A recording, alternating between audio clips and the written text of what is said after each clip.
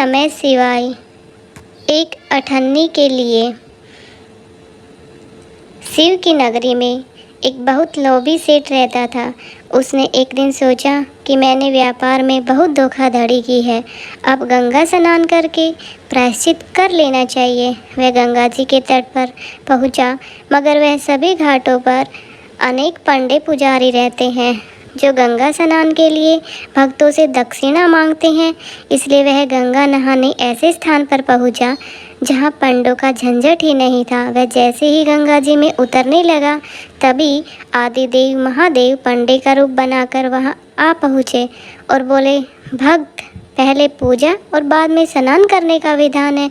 लोभी सेठ ने बहुत विनती करने के बाद एक अठन्नी दक्षिणा तय की। पूजा और स्नान से निवृत्त होकर जब लोभी सेठ चलने लगा तो शिव ने अठन्नी की दक्षिणा मांगी।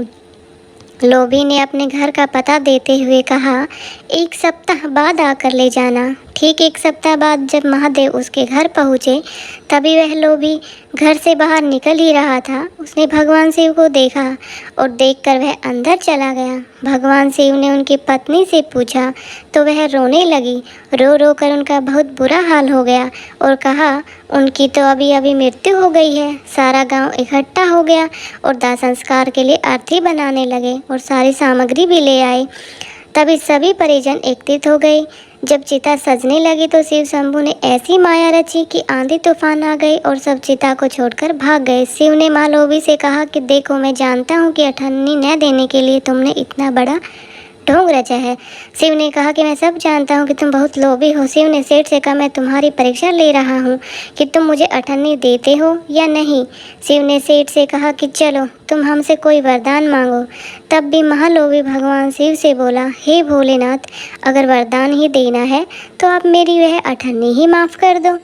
एक पल में ही शिव ने लोभी का मन बदल दिया और उसने कर्मबद्ध होकर कहा कि आप अठन्नी ले लो और मुझे लोभ से मुक्ति दिलवा दो।